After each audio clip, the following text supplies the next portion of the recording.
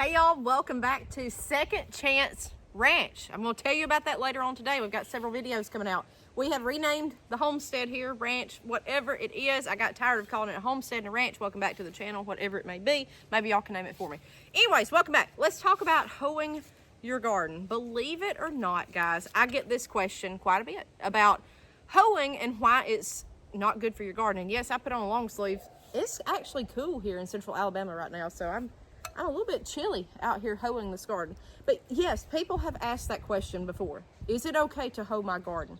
Because there's been propaganda put out saying that you should not use a garden hoe in your garden because they say that it disturbs the microbiome and it disturbs the flora and whatnot. Okay, that may be true. And they may be studying this in a lab somewhere. I don't know. But in a backyard garden, trust me, I've tried this. You're going to have to use a garden hoe, okay? You're going to have to get those weeds out of the garden. Reason being is because the weeds suck up these nutrients. I mean, they suck it up. They're taking up what's available for themselves, what's also available for your plant. So you're getting, let's say you've got, just say, an ounce of fertilizer down. They're taking up that too, okay? Not only your tomato plant's taking that up, but so are the weeds. There's going to be more bugs in your garden if there's weeds in your garden. There's going to be, you're more likely to get snake bit. I'm going to be honest, especially if you live in the South. That's true. You're going to have more bugs. You're going to have more disease because there's going to be things like blight because everything is just wet, hot, and humid down here. The more crowded everything is, the higher the risk of having something like blight, which is just a fungus that breathes in heat. You need to get rid of them, okay? Now, you could come out here and you could pick every one of these by hand. That's fine. Guys, we have 1, 2, 3, 4, 5, 6, 7 gardens total that I'm planting this year. Three of those are 100 feet long, plus 50 plus wide. These are huge gardens. I can't pull these weeds, not at that scale. Agriculture out in the Midwest, they don't hand pull weeds for hundreds of acres of corn, okay? They just don't. Now they've got equipment that will till this under, or they just don't worry about it, or they spray it with chemicals. I get it. So if you don't want to use the chemical route, if you don't know what to do, get out here and just use a garden hoe. I believe, this is my own personal opinion, and I know somebody's going to disagree with me. I think it's better just to stir it on up. It's kind of like it gets everything activated. It's no different than if you put chickens out here.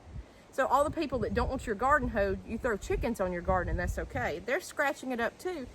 To me, if you get the weeds out and you just get the top layer scratched back, good enough where it's loose enough to plant in, and this is a no-till bed. It's all active compost.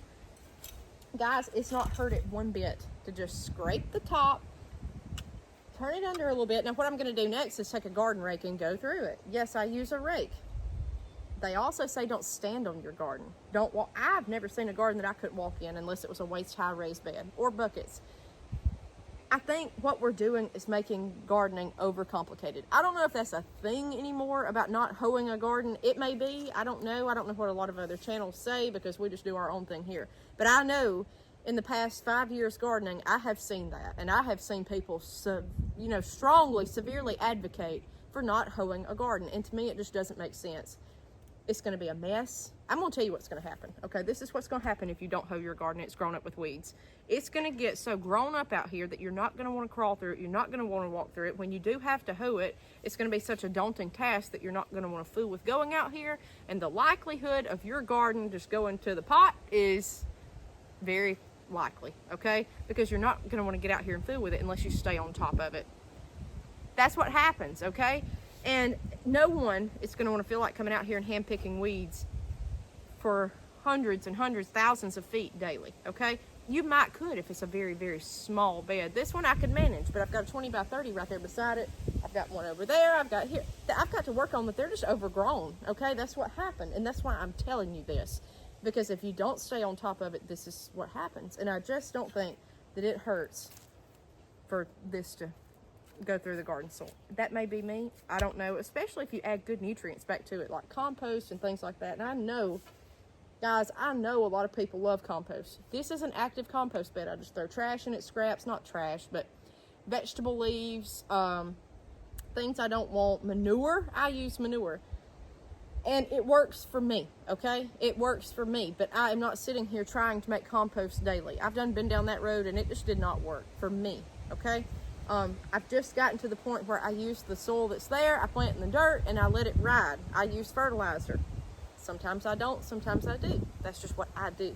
This is more of a traditional gardening that I'm showing you, okay? Just regular what grandma, grandpa would use. They would use a garden hoe. They wouldn't think of not having one. How else would you plant your garden, they would say, okay? So anyways, I'm not too worried about the microbiome being destroyed. Maybe it is, I don't know, but it'll grow. It's kind of like the old Southern saying, that dog will hunt, okay? It'll work, I promise you, okay? So what I'm going to show you today, I'm going to do several videos, and I'm going to show you planting Blue Lake bush beans. We had a request for that. I'm going to plant those in this bed. We're going to plant tomato plants and bell pepper plants here in this bed and let that be it. Now, you've seen, I planted my cucumbers here 2 days ago. Rained really good last night and the night before on them, so hopefully it'll be good. Now, the beauty about this bed, I do not have a tiller. Most people buy tillers to till up a topsoil bed, as we have right there. That's common, okay? I've got nothing with that either. The whole propaganda thing is tillers and hoes, any kind of disturbance to the soil is not good. Well, when you pull weeds, that's the same thing. So are you not pulling weeds? It's just, I don't know, guys. I really don't know. But this bed, we do not need a tiller because it's just loose soil. If I could do this with every bed, that would be wonderful. But I'm going to tell you also, in reality and being real with you guys, this is not feasible to do on a humongous large scale. You can't fill up 3 deep freezers full of food all on this, okay? So, if with thousands of feet, making it nothing but active compost, that's hard. I don't know of any way to do it. I've got leaves in here, I've got topsoil, I've got earthworms, I've got manure. You could do it on a humongous scale with a no-till bed. I just don't. And you see on YouTube videos, so many people have raised gardens that, and I've said this before, there's hundreds of raised beds, or dozens at least. A lot of people can't afford that, but it looks so aesthetically pleasing. The result is the same. You can grow, whether it be topsoil, dirt turned under, active compost. Just get out here and grow, and let's not make gardening so complicated. That's the whole point to it, okay, guys? So get out here. If you got a hoe, you got a rake, whatever, go through it. I'm gonna smooth this out. We're gonna keep on planting. We will see you next time on Second Chance Ranch, and I'll explain that later today, I promise. See you guys next time.